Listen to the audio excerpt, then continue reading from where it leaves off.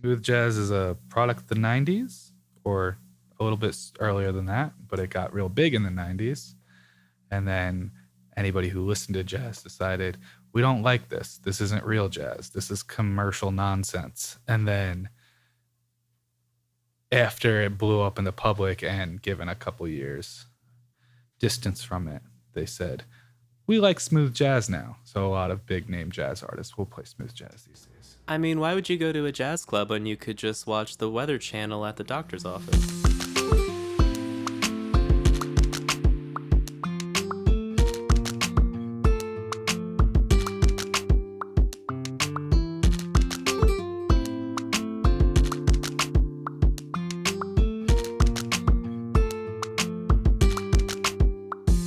This is Millennium Bug. Millennium Bug. It's a podcast about movies from the year 2000. And I'll tell you what, I caught the bug. Oh, you caught it. I caught it. Is that this it? One. Are we doing Last week we did Meet the Parents. It was good. But this one got me. This is the bug. I agree. I'm your handsome host, Tyler. Yeah, no, I'm going to keep doing it. What did I say last time? You said remember. cute, but you can switch it up. Oh, man. I'm your crime syndicate host, Nick. There it is. Here we go. This week Romeo Must Die, which I've listed in caps, is the peak of tiny sunglasses. Oh, man. Picture it. The year 2000. The crime capital of the world. San Francisco, California. It was Oakland. Oh, it was? It was. I don't really care. Doesn't matter. Okay, it's yeah. dumb either way. Sure, yeah. It was California, though. It was. You got that much right. Thank you. Those are the only notes I actually took. It's the wrong city. So let's start with the fact that it is amazing that Jet Li and Spike Lee are brothers. And it's a shame that they weren't in this movie together, because they really could have played on that. Revolves around. Because this movie revolves around the tensions between a black crime family and an Asian crime family. And that's and two of their children fall in love, and that's where it stops being Romeo and Juliet. Pretty much. You know, my favorite part of Romeo and Juliet is where Romeo steals a cab and Juliet jumps in to avoid a man who's chasing her, and it's a meet cute. It's perfect. That's a film school word. Yeah. I've heard of it. I paid $40,000 for that word. Is that what you did? Yeah. Oh, I had no idea. I don't know how much I paid for college. I looked at how much I owe in my loans. I don't know where or when you went to college. Did you just think I showed up here? Yeah, started recording this podcast. Pretty much. For Meet the Parents. Tyler has no object permanence. When I'm not here, I am gone. Forever and always, and I miss you so much. Aw. This movie has Jet Li as Han, whose name you don't find out until about halfway through the movie. And Aaliyah as Trish, who, it takes maybe about a fifth of the movie to even show either of our two characters. I don't love that.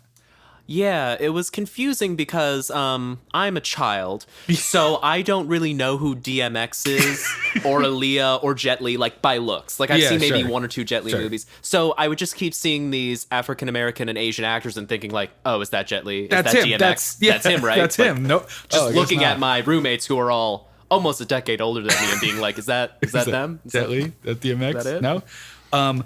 Fun story. This was the debut acting role for Aaliyah.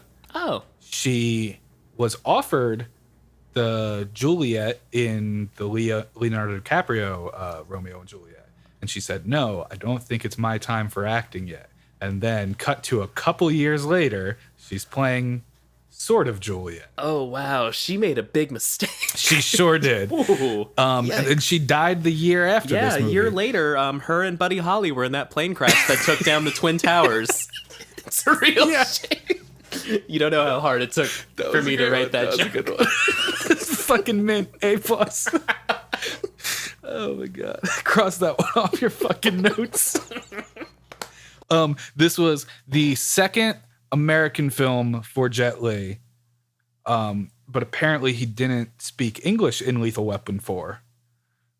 So this is his first breakout big lead. Why they chose them both as the leads, I don't know. That's true. But one of the people I was watching this with last night brought it up that Jet Li says almost no more than 5 words at a time. Yes. Which he noticed basically the fact that he probably didn't speak very good English, Yes. and they could just coach him through 5-ish words at a time. Yep.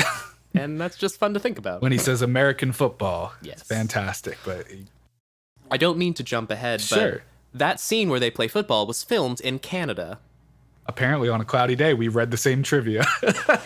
No, I don't. Not because of that. Because as you might know, Canada plays every city in the world because it's cheaper to film in Toronto than anywhere else. Sure. And I knew this going in, and I thought, no, what happened was I could see their breath, like I could see the moisture in their breath, and I was like, it seems cold. They're wearing t-shirts. They're in California. Yeah. That's weird. And I looked it up, and it was in Canada, and I was like, ha. Yeah, and apparently Bingo. a lot of the sky is CG on that scene as well. Good for them. Yeah. So rewind. That was my rewind Canada's sound. skies are famously impossible to film. All those fucking geese in the air, dude. Littered with geese. So this opening scene is important to me, and I wrote a couple notes on it. Because the first noticeable person that I saw was DMX in this scene. This is a very sexy scene. For why? I would imagine it is the young Asian man making out with his wife-girlfriend while watching two other young Asian women make out and get naked. Although we only see one nipple. So I was going to say, we see a literal titty before any spoken dialogue occurs in this movie. And then the bouncer comes over and gives him a Bible lecture. Which is a real downer in any club. Especially a club that you're not supposed to be in. Yeah, so a few things about this club. We later find out it's called Silk's Casino. Yes. Did you see any slot machines? I did not.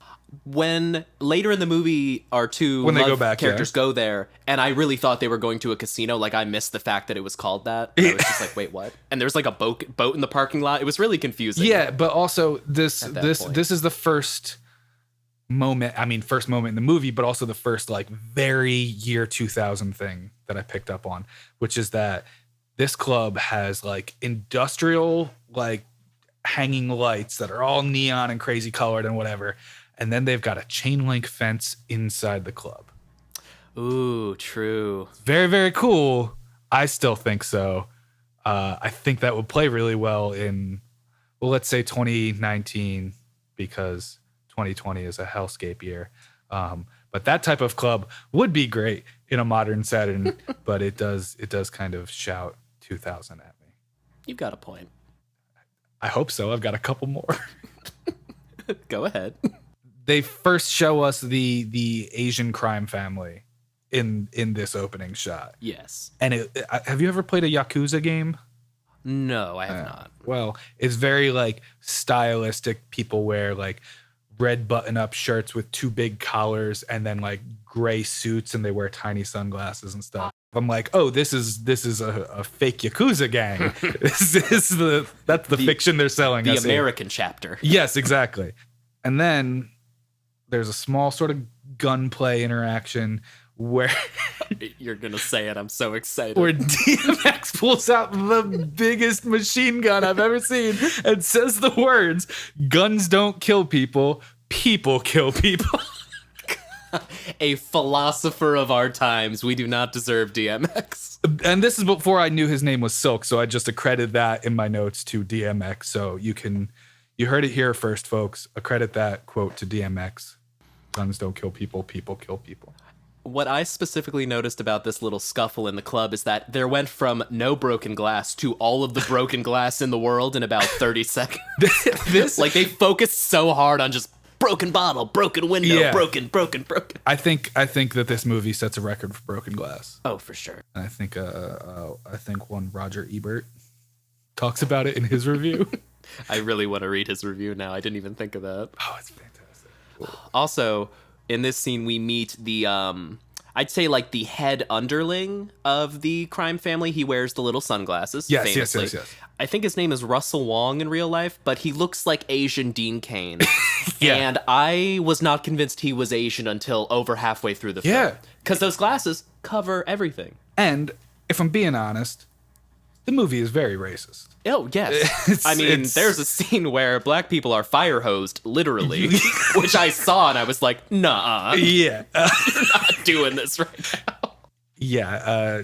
Jay, my roommate, pointed it out when we were watching it, and I was like, listen, I wasn't going to be the one to say it, but I think we were all thinking it. It's rough. So, in a stereotypical fashion, every Asian actor in this movie has an accent. Whether it's authentic or it's a forced thing for a stereotype. I know at one point Jet Li plays it up, pretending to be a dim sum delivery man.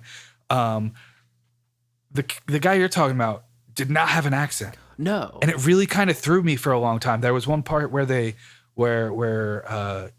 Jet Li's Han meets up with him and they have their little fake sparring match. He like has a whole monologue of sorts. And I was like, is this guy even Asian? Is like they've tried so hard to sell all the stereotypes for the rest of the movie, and this guy's just very Hollywood to me. He looked like John Cusack as well. He had such like a 90s white guy look to him that I really had trouble. And he sure did that. And he was evil, so I guess that teaches you a lesson. The white man is evil. Well, in this movie as well. I mean, yeah, that'll come up later. Spoiler. The white man ruins everything. The whole thing. But this actor does do, or maybe the movie casts him, or their wardrobe people decide to put him in that good old gray t-shirt and those windbreaker sweatpants tucked into the windbreaker sweatpants. Oh, hell yeah. Tiny sunglasses. Oh. I mean, that's just, what's his face? That's Steven Seagal right there. I was going to say King from Tekken. We went different ways. He doesn't wear sunglasses because he has a jaguar head. Oh, it's hard to fit sunglasses on a jaguar head. I've put sunglasses on a cat before. That wasn't easy. How'd it go? How'd it turn out for you? Not great. They're built for human heads, and cats' heads are very small. Where'd you put it? On top of the ear and kind of tilted them down? I think I tried that, and then I tried to do the thing where I kind of just like closed them near the back of the head, so it would at least like hold on. The cat wasn't into it. Sure, she was out. She's a cat. Yeah, she doesn't get it. She can see in the dark. She doesn't need sunglasses. Yeah, she can see ghosts, I assume. What do you think they're doing all night? Fucking peeing on things and eating bugs. I don't know. Fucking with ghosts. Playing with them. Yeah. The ghosts let them out. They have little adventures in the night, and then they come back. In the night times. And then we eventually do see Jet Li. Yes. In prison. In Hong Kong. Hong Kong prison. Let me just tell you, if you have to go to prison somewhere, don't go to Chinese prison, because it's worse. I don't have much to say about this one, except for, it's prison, sure. The riot guards seemed ready. As soon as he started a fight, like about 10 people in full riot gear and shields came in, which implies that they were waiting for this to happen. I think what struck me about this is the fact that he just basically said, I'm done with this now, and left jail. He started shaking furiously and then got out. Gone. And then he X-ray broke this dude's arm, which was fantastic. They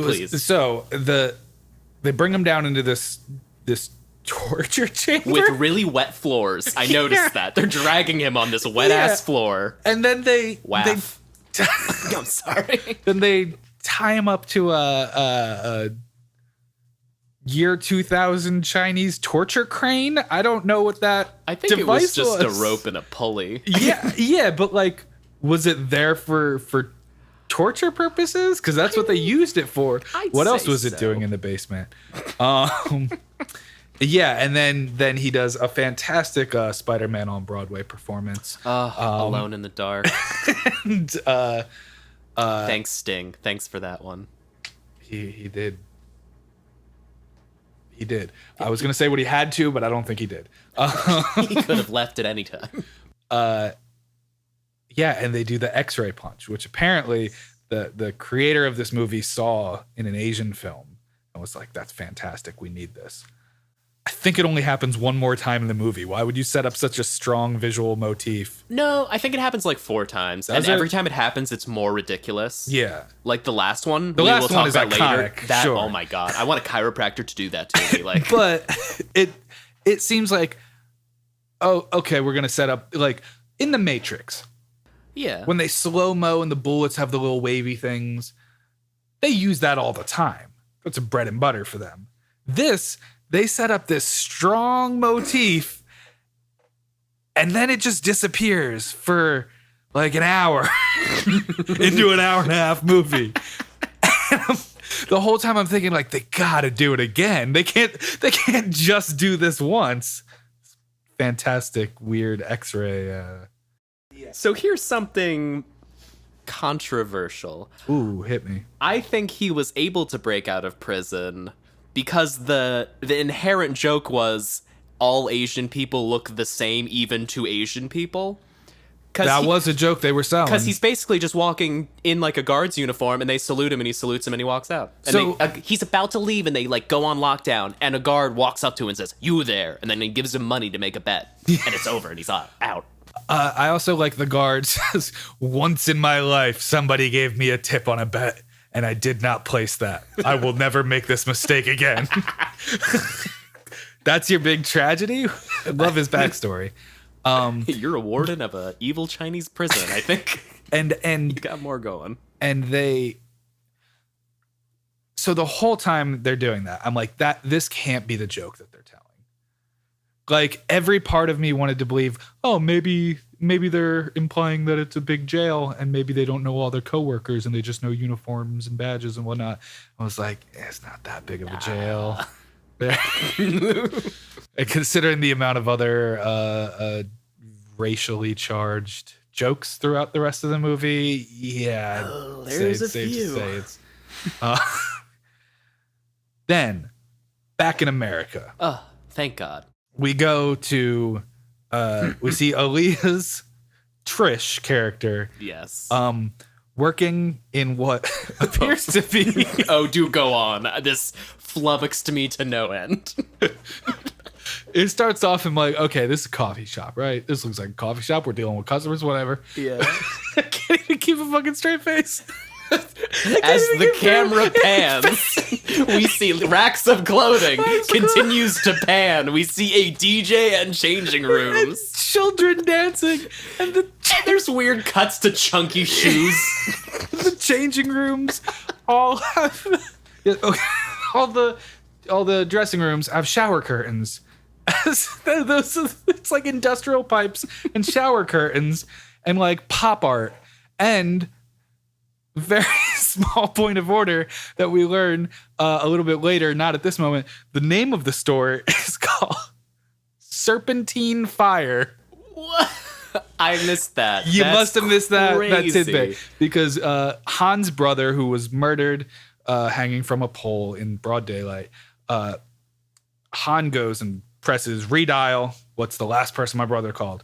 Lady answers, says, "Hello, this is Serpentine Fire," and then he hangs up the phone. And I was like, we're just gonna throw that out into the ether, and that's where that exists.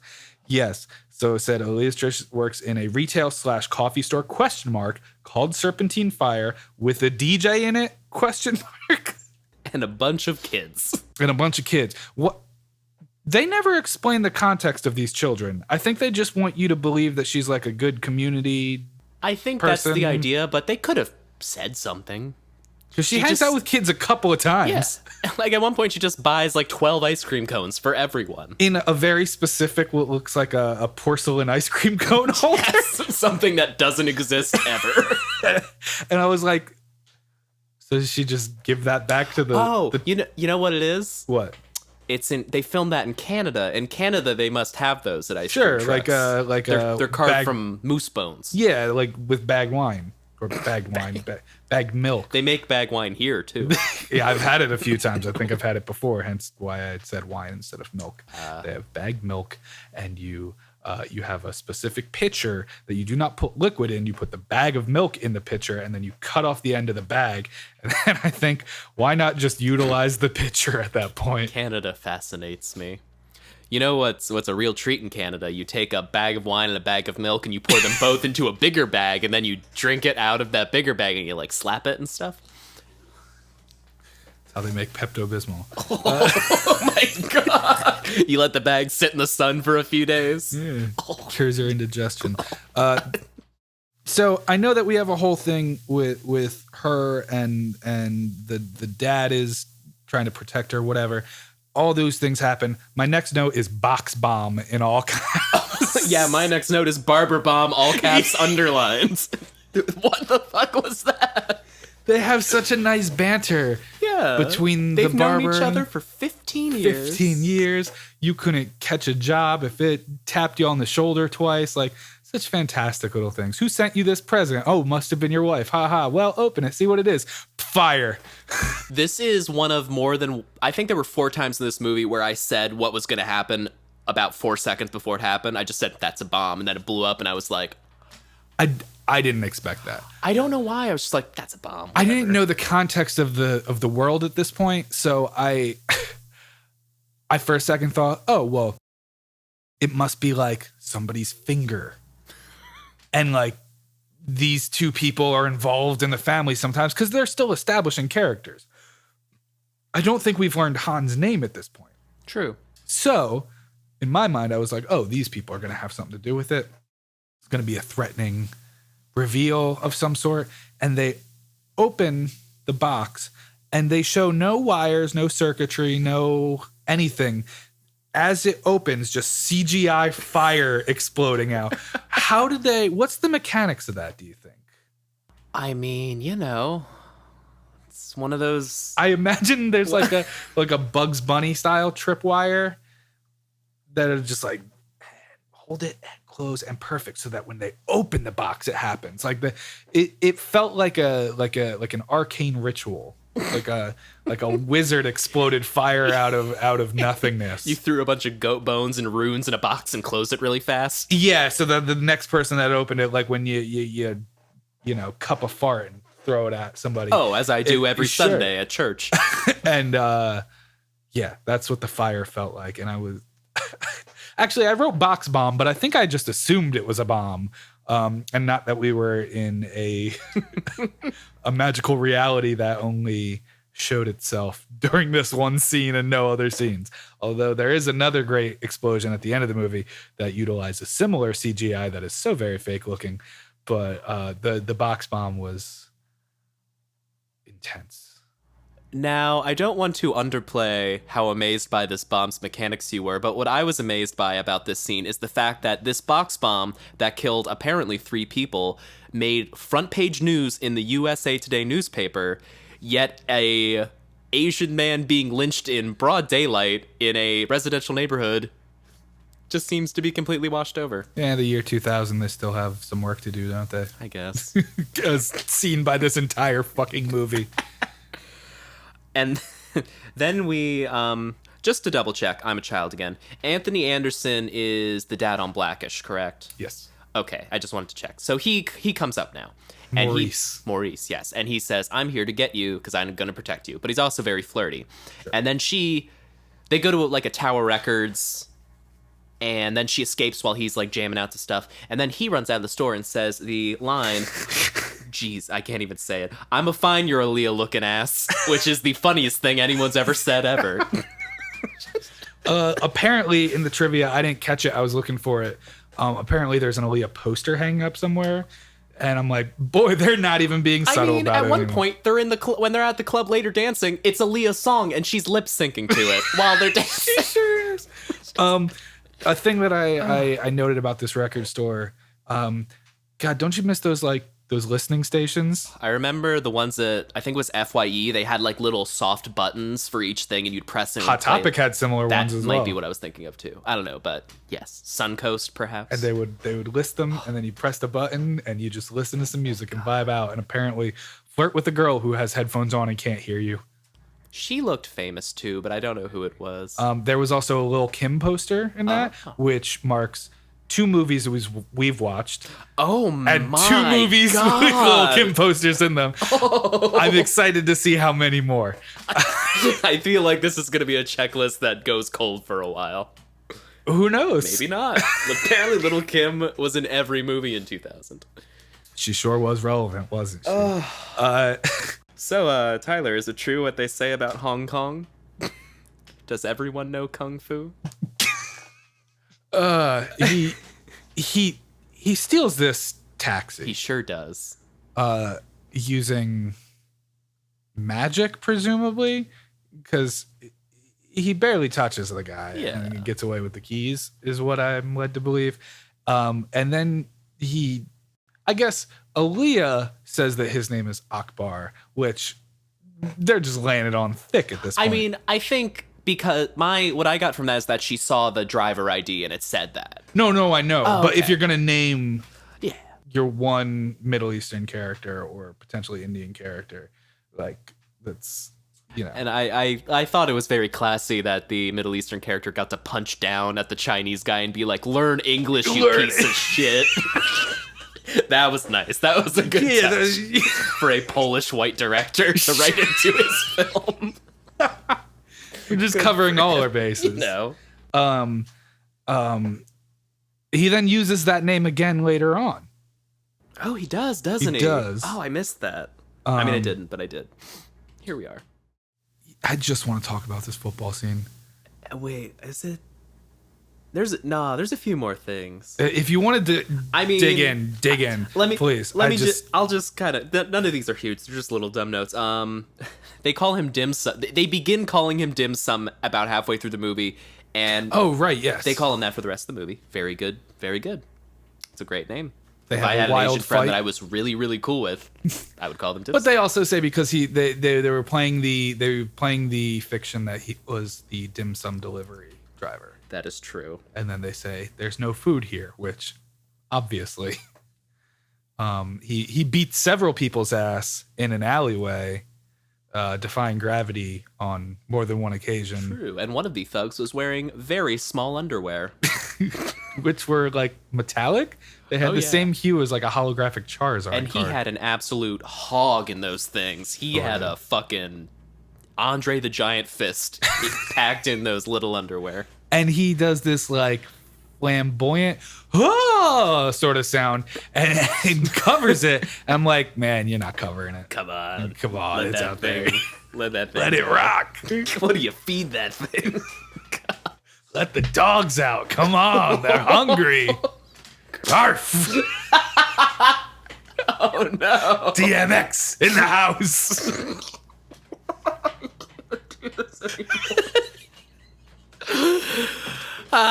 Okay. Yeah, compose yourself. So let's talk about football. It's enough testosterone in here to choke a horse. Anthony Anderson's character has the biggest handgun we've ever seen. Yeah. Which I think he gets back later on, or he has another comically large handgun after Han threw it in the dumpster. So, I think later, like they have Han like they have him in his office, and he's basically like, "We're gonna kill you now." Yep. And Han starts doing kung fu shit, and Anthony Anderson is just like, "Fuck this, let's kill the guy." And he pulls out his big gun, and I was like, "You could have done that from the beginning." So, we're in a park. We are a lovely Canadian park. We're in Canada. We see Aaliyah as Trish. Yes. At what is seen to be an ice cream truck. It was kind of a nondescript truck at the beginning. And so I see her pulling out these plates. My first thought is, what kind of food truck gives you like porcelain style plates? Mm-hmm. They're either making a lot of money or they have some sort of trust situation going on with Aaliyah and says, you'll bring these back, right? You're Aaliyah. It's not like we're in Oakland in the middle of a racial gang war or anything. You'll bring these back. No, go on. And I'll bring it up later. So there are these plates that are triangle and they have holes cut out to hold these specific ice cream cones. And I want to know who this ice cream guy is and what flavor the green ice cream was. I mean, as I have worked as a professional in the ice cream business. Shit, you have. I was a soda jerk, famously. It's one of my many funny title jobs. I wore a bow tie. It was fantastic. I'd say probably pistachio. That sucks. Maybe green tea. It's green tea or pistachio. That's my final What about verdict. like mint? It wouldn't have been that color green, I don't think. Because they don't really make just mint. It would be mint chocolate chip, and like the chocolate chips stand out. Yeah, and then the other one was yellow?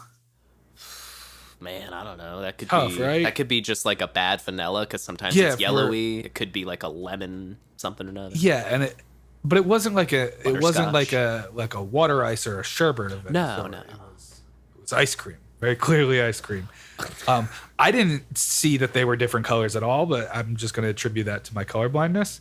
I didn't really notice the color because there was a bunch of kung fu football happening. No. This is before that. This is just setting the scene where an amount of children argue over which color of ice cream that they want, which just sucks. That makes me just think that the ice cream is super, super low quality and it's all the same flavor. They just dye it. Yeah. I want the green. I want the green. I want the yellow. Like, that's not how we should be arguing over things. So Han finds Trish, I guess, to talk about, hey, have you talked to your brother, et cetera, et cetera. And there's a football game going on with the same people who just not a scene or two earlier had their asses handed to them by Han. True. Han gets the green ice cream. And well, we can only assume now it is green tea because racism. Because racism in this movie. And then gets recruited into the football game. Yeah, and they just say, you're going to hold the ball. And then they just tackle the shit out of him a few times. And then he says, oh, I understand this American game. Whoever's holding the ball gets beat up. And then he proceeds to very artfully kick the ass of everyone, but only while making them hold the football. So technically, he's following the rules of football. Oh, interesting. Wouldn't football be amazing if that's how it was? If you just handed it off and punched people? Just kung fu fighting and like throwing the ball around. I thought he was handing the football over to be a dick. I mean, I think that was, yes, he was being a dick, but like he was still technically following the rules that they told him. Oh, okay. I mean, sort of, because I can only imagine he doesn't know what football is. Well, I think he does know what football is. He only knows what basketball is, because that's the only ball that saved his life as a child. Saved him and his brother, yeah. I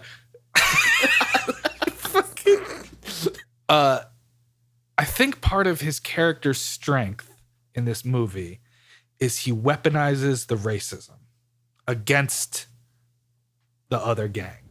Yes. Because he constantly plays up, I'm dumb, I'm Asian. He plays up the accent. He's like, I don't know what's going on. When he says American football at the end, he says it in this cocky, over-the-top accent. Love that. So I think he knows. They never explicitly say that he knows about football, but I think he knows about football. He's just being a dick. That's fair. And yeah, then all after the ass kicking in the CG sunlight, because apparently it was very cloudy that day. And they only had one day to be in Canada. On a shoestring budget over there at Warner Brothers. Jet Li said, I'm only spending one day here. Make it count. Too cold. And I swore they were going to put another X-ray in this one. In the football scene? Yeah. That would have made sense. There was none. So at this point now, we've had two other big Jet Li fight scenes with no X-ray. And I was like, come on. They did it once at the beginning. You got to do it again. I mean, there's a really big one coming up. Sure. But not for a few minutes. Okay. But before that, we're moving to Aaliyah's brother, who is smoking what I can only describe as railroad moss with his very attractive robed girlfriend. Yes. And then she goes to answer the door and is not upset. Like, she knows who was behind the door. She says, hey. And, like, they're talking about, like, she's saying, like, probably some weird, like, comparison to a scene from Romeo and Juliet, but definitely not. They were just talking about, she was like, oh, you're going to move up, honey. He did not have enough. This scene really was interesting to me because he didn't have enough dialogue in the rest of the movie for me to really get a grasp on what his mannerisms were. So I assumed the way he was talking was them being like, oh, he's a reefer addict. This is how high people talk. Oh, he did cough once right before he turned around, so. As soon as the scene opens, it's a, and then he turns around. And yeah, he's talking kind of funky. And I was like, I don't think this is how this guy normally talks. I think this is like that crazy marijuana. Oh, the wacky tobacco. And then he gets murdered. Yeah, they get I'm gonna teach you a vocabulary word that I know you don't know. Ooh, fun. Do you know what the word defenestration means? where you thrown out a window? Yeah, it's when you're thrown out a window. That's what happened. They got. I would not have remembered you when you said it and said it's a vocab word. My brain went back to school where I was like, "Oh yes, this weird, very specific word." Yeah. But had you just used it in conversation, I probably wouldn't have picked up on it. So. Well, we're both smart.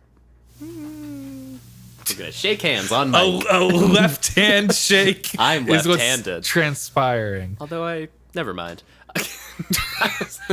Okay. I don't need to talk about my personal habits on this show. So I get they're thrown out the window, right? More broken glass, a motif in this movie, if you will, with no payoff or no explanation. Just a lesser mind might think it was just an interest of the director, but he's into that shit. Like feet. Us two smart guys, we see it as a motif, perhaps a leitmotif. Do you think they really would have died? I was talking about this with my viewing partners. I feel like that was glass. Like that was glass. That was glass. It wasn't just like a shitty window. Oh, it would have hurt for sure. Yeah, they fell really high. They went through that glass. They hit the water like flat. They didn't neither of them did that thing you're supposed to do, which is try to torpedo yourself in. So it only breaks your feet. Yeah, I think they died. I mean, we do see their bodies getting pulled out of the water. No. Clearly they did die, but I noticed that the sound team added an extra little crunchy sound when their bodies hit the water, and I was like, that's not how bodies hitting water sound. Now that you say that, I do remember that crunch. There's a little crunchy moment there. Man, that's what happens when you hire the budget Foley artists. I want to talk about a couple things. Okay. We're at a good point now. We are. Where I can talk about some things later in the movie and some things early in the movie. I agree. I'm bringing it back around again. It's the future, isn't it? Go ahead. My segment about use of future tech in movies from the year 2000. Not much, not a lot's happening. There is a prominently displayed computer in the office of Serpentine Fire. Yes. Or I think that's what it was called again. Fine, fun, cool. I was like, oh man, if that's it, I don't have a good segment. But then we have a fantastic scene where Anthony Anderson's Maurice is playing a football video game, which I did the research on. I'm going to break it down. Okay. Here we go. They have a flat screen TV, right? Yes. Not uncommon, but not super common. Sure. They've got a PS1. This was the height of the technology for the time. I looked into it. The game that they were playing was NFL Game Day 99 because this movie was filmed in 1999. So they had to use what they had available to them. This movie came out in March 24th of 2000. Yes. The PlayStation 2 dropped in Japan in March 4th of the year 2000. So classic of entertainment in 2000. They thought they were doing this big tech moment. They show a guy with what seems to be a portable DVD player that they don't reference again. At first, I thought they were trying to tell us that was the controller, but then I later see the PlayStation 1 controllers. So they use this video game on a flat screen TV. They do a bunch of close-ups of the screen and the technology and the graphics. Which I might be mistaken, but I believe one of the teams playing in the game was the Philadelphia Eagles based on the jersey color. I think it was the Jets. Oh, okay. That's what I get for pretending to sports. No. It very well might have been. But I looked up a couple YouTube videos on this scene, and somebody talked about how the person who was playing one of the teams threw the ball to the Jets defense. And so that's why I thought it was the Jets. But it could have been the Eagles. I mean, it could have been the Sharks, really. Jets. Never mind. I was trying to do a West Side Story joke. Yeah, because it's Romeo and Juliet. Oh, what? I didn't even think of that. Get it. Sound. Get it. And then there's not much else that's super future-y, except for it's a really cool shotgun that's got a bunch of like holes and stuff for no reason. And my roommate let me know this was a Spas shotgun. So then I looked up production of the Spas. It was outlawed in America for civilian use as a classified military style weapon. But not only that, another hit on their future tech, canceled production entirely in the year 2000. Ooh, man.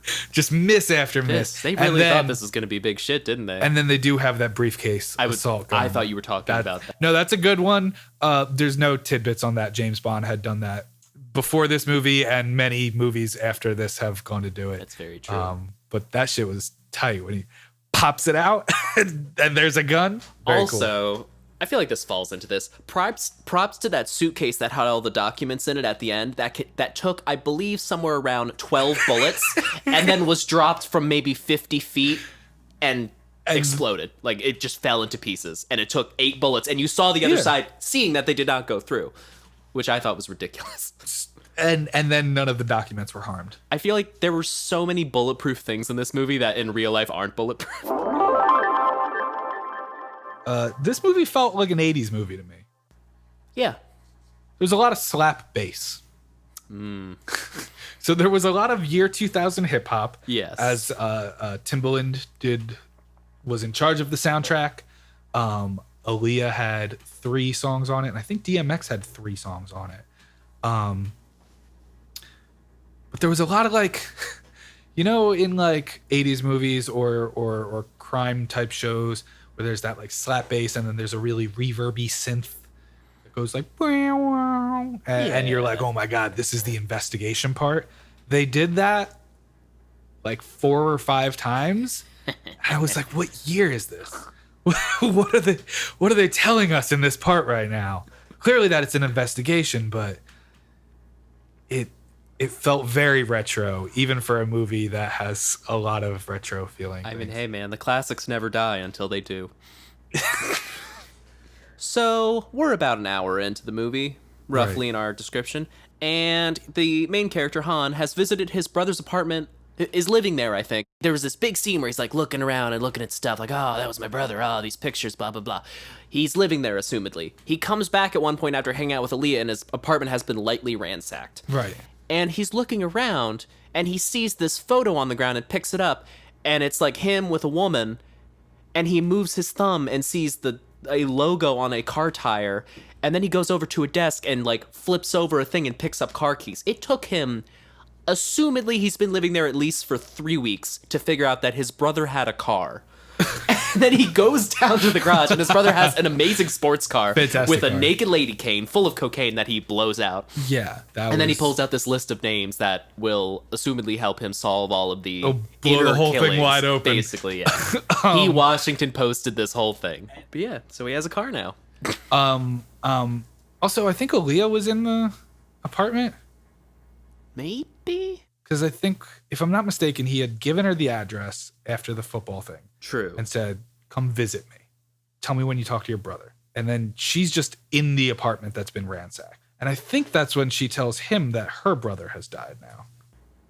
That sounds right. I just watched this movie less than an hour ago, and the plot is so all over the place that I can't even keep the details straight. Well, time for a big left turn, because there's a motorcycle chase. Badass motorcycle chase. It was so creamy and juicy and delicious. I loved it. They got the motorcycles and Uzis and all this bullshit, and the car's getting shot. There's this slow motion jump where the driver of the motorcycle is shooting at them, and it's really hard to make the motorcycles go slow like that.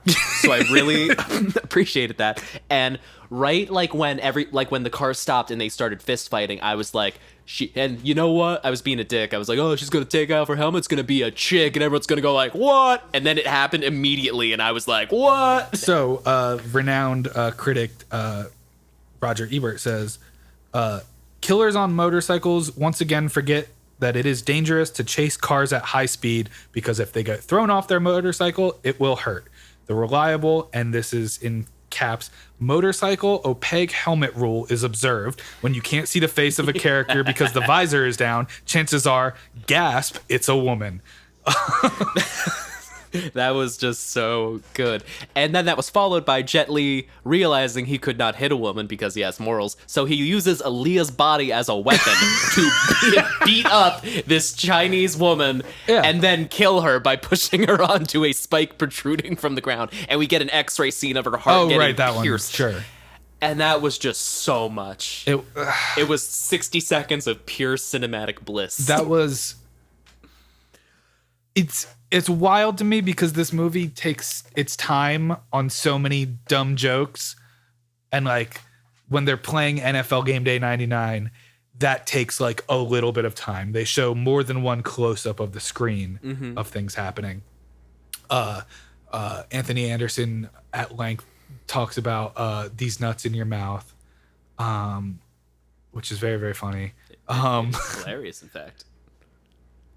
But then the implication of that scene, which is Chinese people are killing Chinese people, so maybe this gang thing is not so black and white to not to put too fine a point on it. Maybe there's some nuance to this big old war. And then also revealed I can't hit a woman, but I will use a woman to hit a woman. I murder this person. This is the first... I believe the first woman that we've seen acting as an operative in this situation. All of this stuff plays out in about a minute. And you're like, fuck, this just changes the whole tide of the whole movie. You sure you couldn't expand upon this a little bit? I think Anthony Anderson could have cut down on his NFL Game Day 99 playing. What were they fighting about? Was it drugs? Was it money? Like, I never understood. Like, what did these families do? Initial conflict? Yeah, I don't know. Like, it's like the Big Lebowski. Like, there's no resolution. It's just like there are two crime families that do crime, like, just, what's the word? Like, generic crime. The store brand crime, the white box with crime written on it. And it's revealed that both Mac and the head of Chu, his name is Chu Seng. That Mac and Chu Seng have intensified the war for their own personal reasons. But you're right; they never say like this is what started it. I think it's assumed that the white people started the war, but it's never. There are white people that come in periodically and just seem to be fueling the fire, right? Like, and I think from the point that the brother was thrown out the window, I realized it was like inner family stuff. Like they were killing their own and like just to make everyone else in the gang be like, oh, they're doing it. We need to fight them. But the white people, when first seen, are playing golf with Isaac O'Day. And they say the first thing this very, very, very well, I guess that's the other thing. If you're going to be racist, go all the way. It's a very cliche white man. And very, very cliche bad white guys. Hair pushed back, playing golf, says, first lines out of his mouth say, how are those acquisitions coming? I said, well, that is on the head as you can get. and then proceeds to tell Isaac about how to play golf. Yes, and apparently, I didn't know this, you have to break your wrist every time, you hit the ball. But if you use your shoulders, the wrist will naturally break. Oh, yes. You know what? You're right. One of the people I was watching this movie with is a woman of color, and when this scene began, she looked at me and said, I don't think I've ever seen a black person playing golf except Tiger Woods. And I was like, valid. Partial credit. What do you want? Can I bring you somewhere real quick? What? Can I bring you somewhere real quick? Oh, please. I want to bring you over to the memorabilia corner. Oh no! Oh God, no! What is it? Oh, I'm so worried. I'm gonna start giving you some memorabilia from this movie that I've found on the internet, and you're gonna try and guess their prices for me. Okay, I'm into this. Okay. So this is a 12 by 8 inch reproduction of the poster from the movie. Mm-hmm. It says signed, but when I did some further reading, it turns out that this is like a scan of the signature. I've been fooled by that before. Which, guess how much that goes for? The scan? It's a printed out version, but it's from a scan. I'm gonna say $75. $7.61. Well, we're going low on Romeo Must Die. Yikes. Authentic rare autograph CD cover signed Romeo Must Die soundtrack. Signed by Aaliyah. It looks like it says to Dira. It has a to someone name, and then it says peace. And it looks like Aaliyah, but it could be any number of things because it's just a squiggle in silver Sharpie. This is apparently certified authentic. It is currently on sale right now for about half price. You want to let me know what that is? You want me to tell you what the half price is? Yes. I'm going to stick with my original guess of $75. $2,000. Oh my God. The prices are all over the board for Romeo Must Die memorabilia. I cannot go on Deal or No Deal this week. I need to call those guys. So this is a really good one. This is shirt featured in Romeo Must Die movie on Aaliyah. It is when you first see her in the Serpentine Fire store, and she starts dancing with the kids a little bit, which is a weird extended dance moment. It's the shirt that she's wearing, which I bet in your head right now you couldn't even picture what it is. It's got kind of like a Asian design of like a geisha, which I think they're assuming is foreshadowing, although that seems very Japanese and the family was explicitly Chinese. I mean, Jet Li does escape his captors in the end by pretending to be a geisha and wandering off with the rest of the women in the geisha show. Sure. How much do you think that one goes for? Oh, I'm going to mess it up. I'm going to say $5,000. This one has $1,000 crossed off for a $2,000. I've never seen a discount go up. We've decided to double our asking price. It's just in such high demand. We've been informed Aaliyah, in fact, was famous. Yes, and did die the year after this movie was released. Yeah, that one was an odd one, and I don't think it's real either. Oh, probably not. But and our last one that we have here, this is a lobby card. Yes. So kind of like a brochure pamphlet. It's got a picture of both Jet Li and Aaliyah together in what seems to be not an actual scene from the movie, just like a post-press one.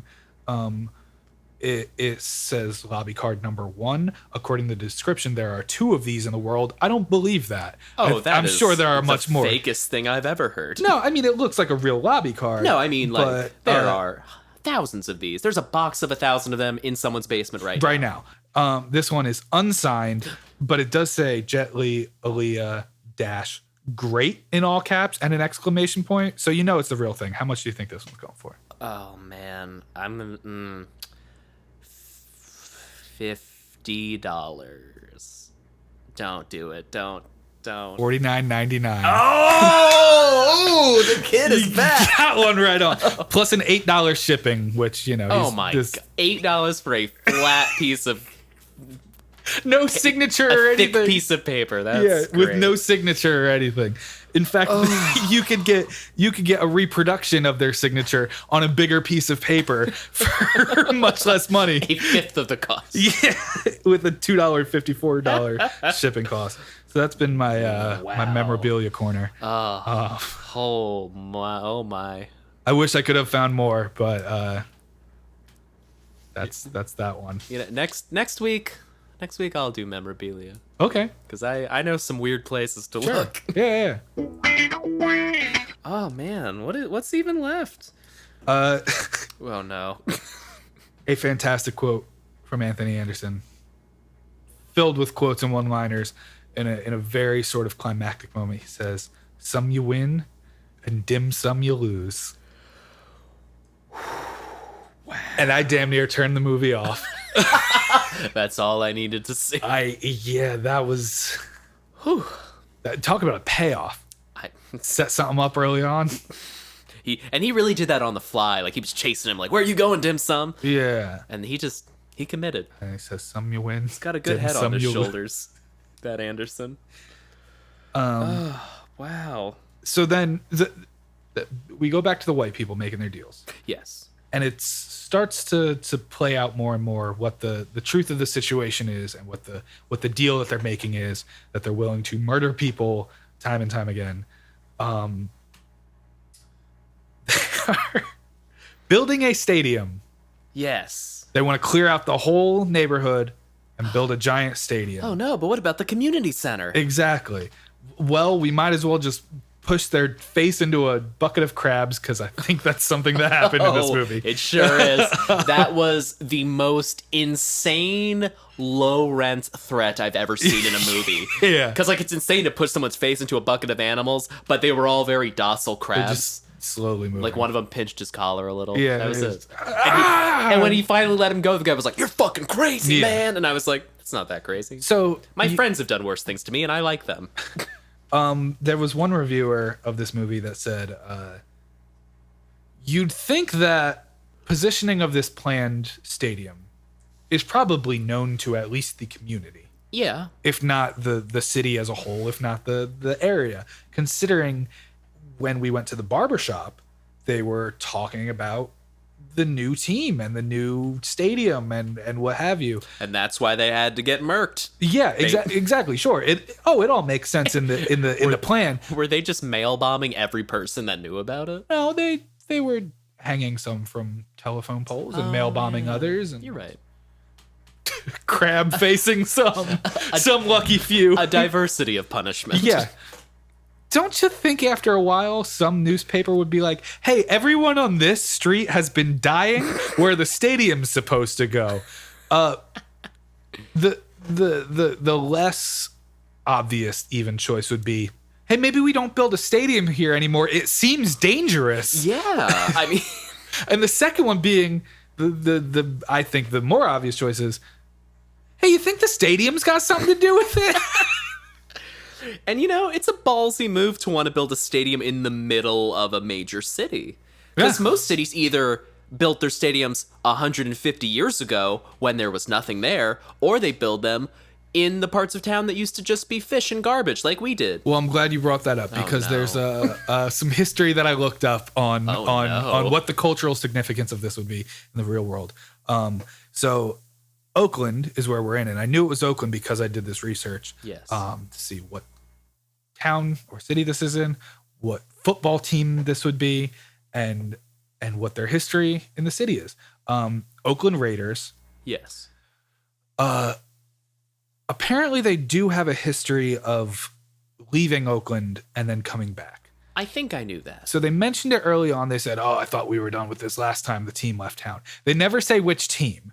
They just say the team, and they say that they're in Oakland. However, this was filmed in 99. They never tell us explicitly when it is, what year it is. The Raiders had come back to Oakland in 95, and they had signed the deal like 2 years earlier. So everybody knew they were coming back. And then they didn't make a whole new stadium. They just expanded the capacity on their existing stadium. That makes sense. Which was done in 96. So did one of the writers on this movie just have a grudge?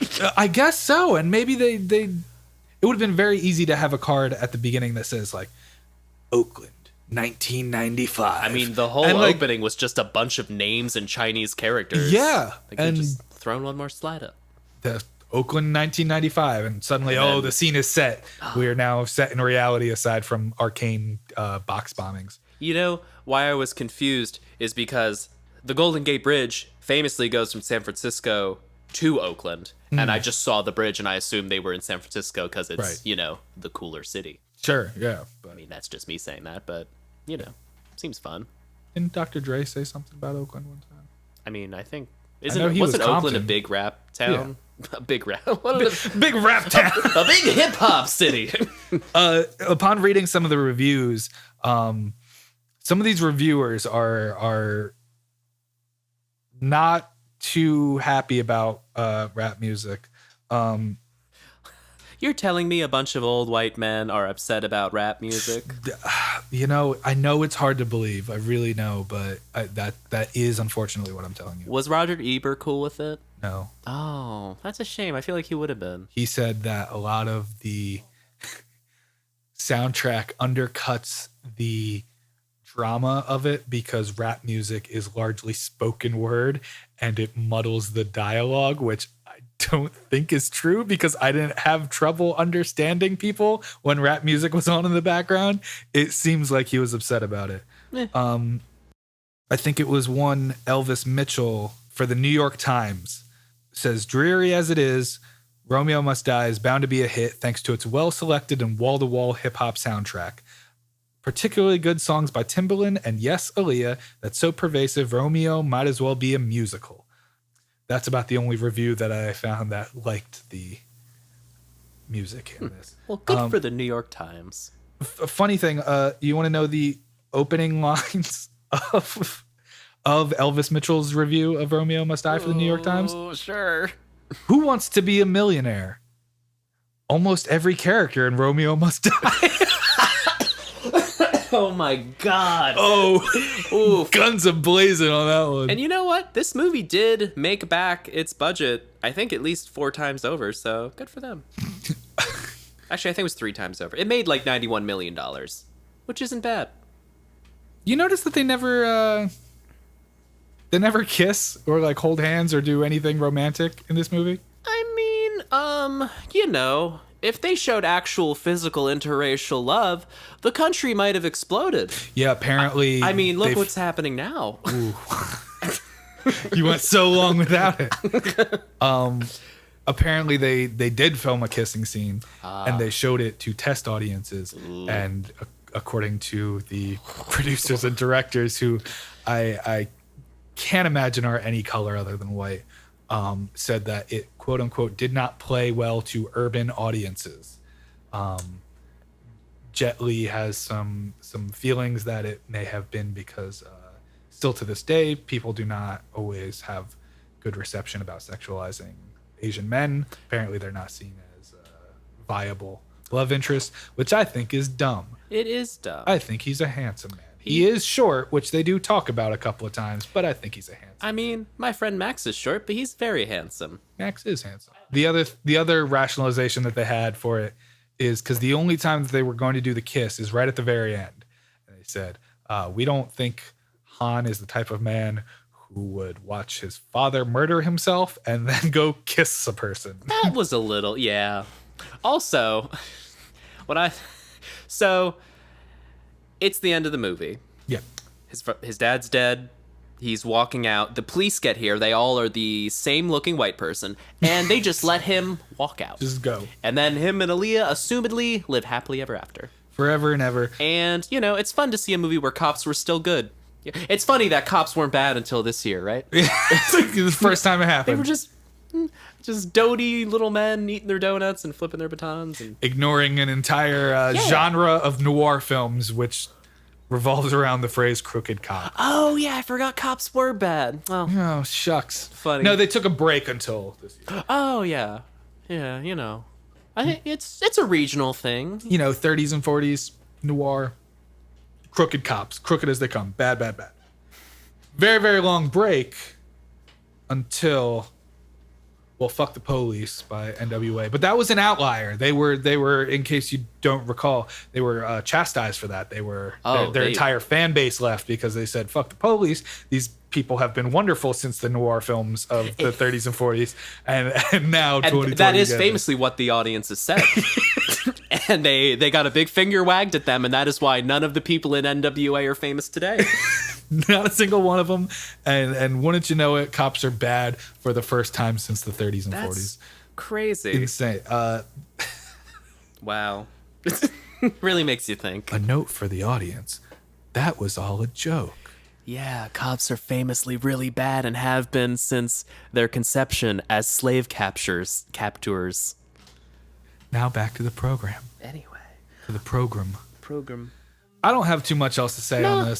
There was a really big fight between Asian Dean Cain and our lead character where he gets fucking fire hands, meaning that his hands get mushed into red coals and they're like covered in blood and the Asian Dean Cain is pushing on him. And the whole landscape sets on fire. Yes, and it's really intense kung fu, and you think Han is down and out, but no, he comes back and he does the single most impressive kung fu move I've seen in my entire life. And I've seen the scenes where Bruce Lee killed someone with a 1-inch punch to the heart.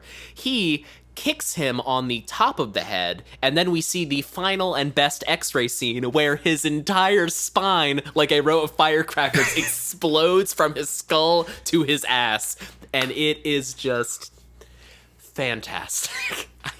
It's probably the most iconic thing in this movie, aside from the credits song, which is Aaliyah's Try Again, which is made for this movie. It's just fantastic. But then I let the credits play for a little bit. They cut the song short. Oh, I didn't get that far. So much potential in Romeo Must Die. Oof. And so many missteps, just misstep after misstep. The final one being the final nail in the coffin of cutting that song short, because it is a fucking certified bop. It is. It is a bop. So it's called Romeo Must Die. Yes. Who's Romeo?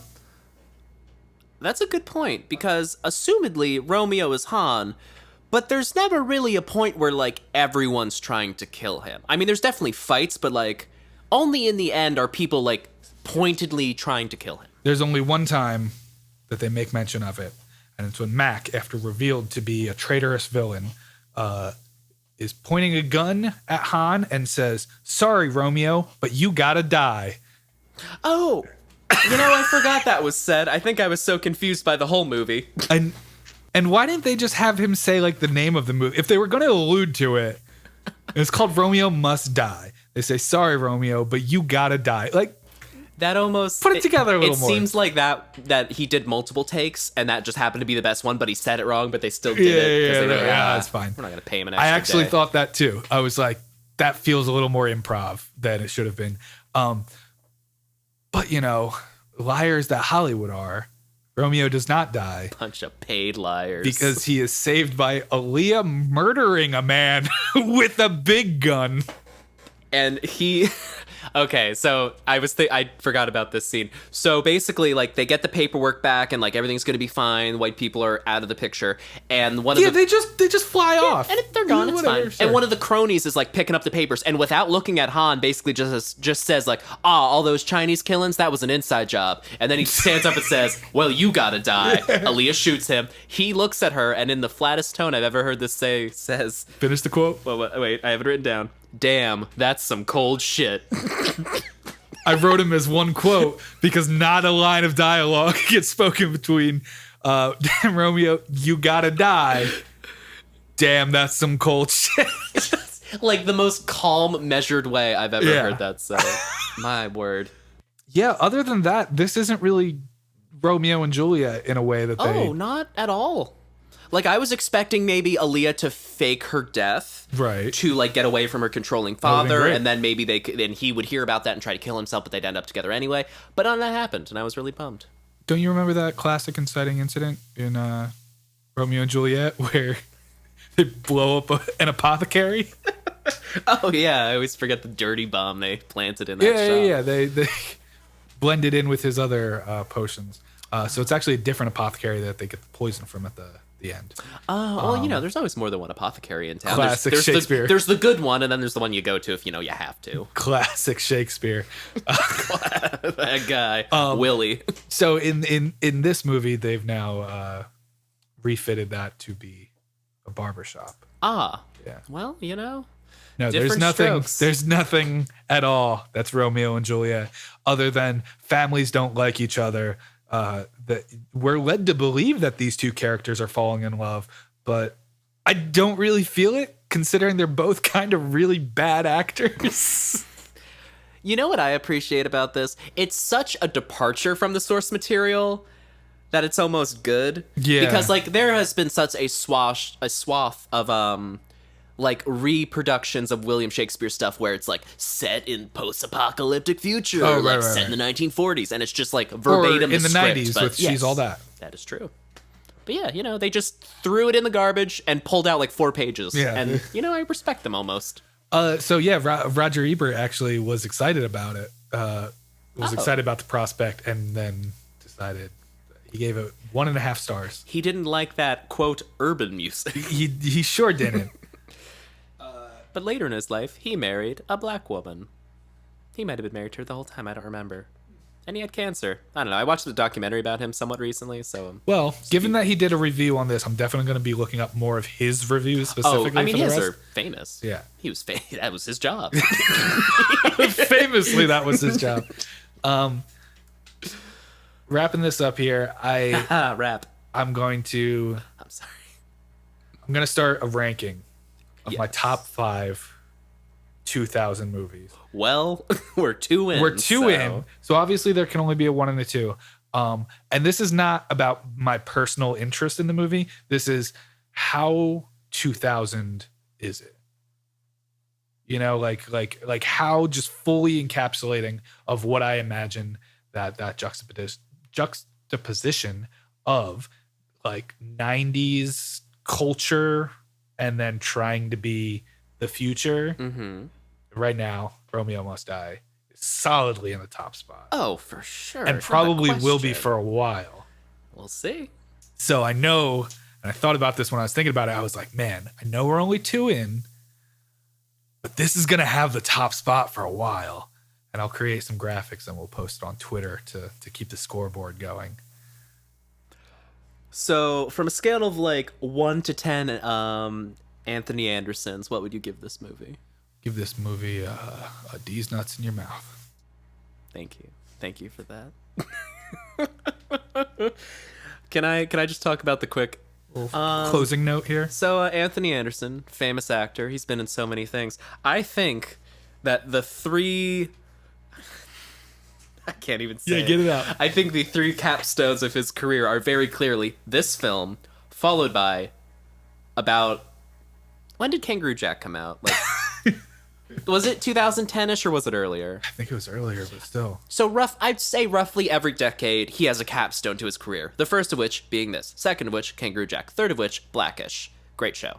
I think they all take place in the same cinematic universe where he got out of crime after this movie.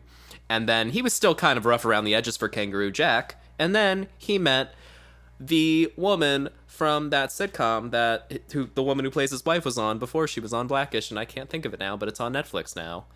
This became really in the weeds really fast. But they're all in the same world, and that's where I stand. In a different podcast, we'll have to go into the Anthony Anderson cinematic universe. I'm sure he'll be back. There's no way he's not in another movie. Yeah. Anyway. I'm going to call it there. God damn, let's do it. I'm your handsome host, Tyler. I'm your Crime Syndicate host, Nicholas. This has been Millennium Bug. See ya. Bye.